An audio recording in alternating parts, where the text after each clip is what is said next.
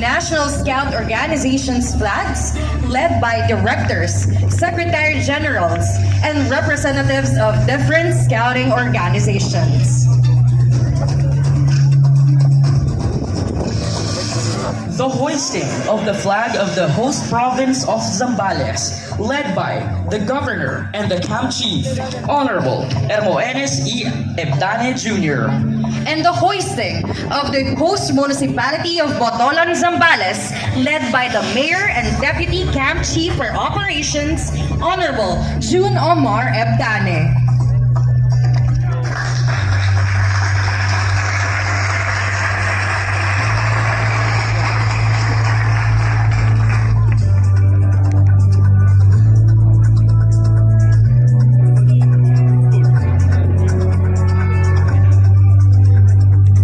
The contingent flags. Thank you.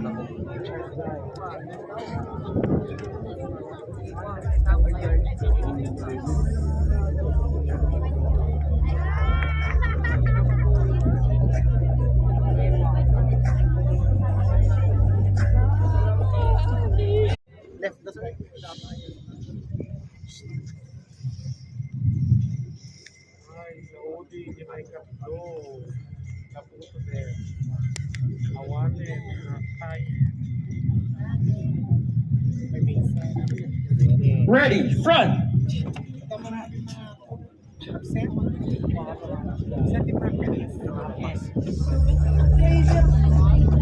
To do my duty to God and my country, the Republic of the Philippines, and to obey the Scout law, to help other people at all times, to keep myself physically strong, mentally awake, and morally straight.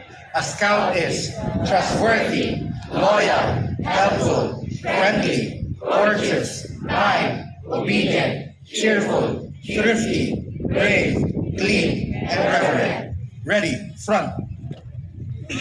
Medyo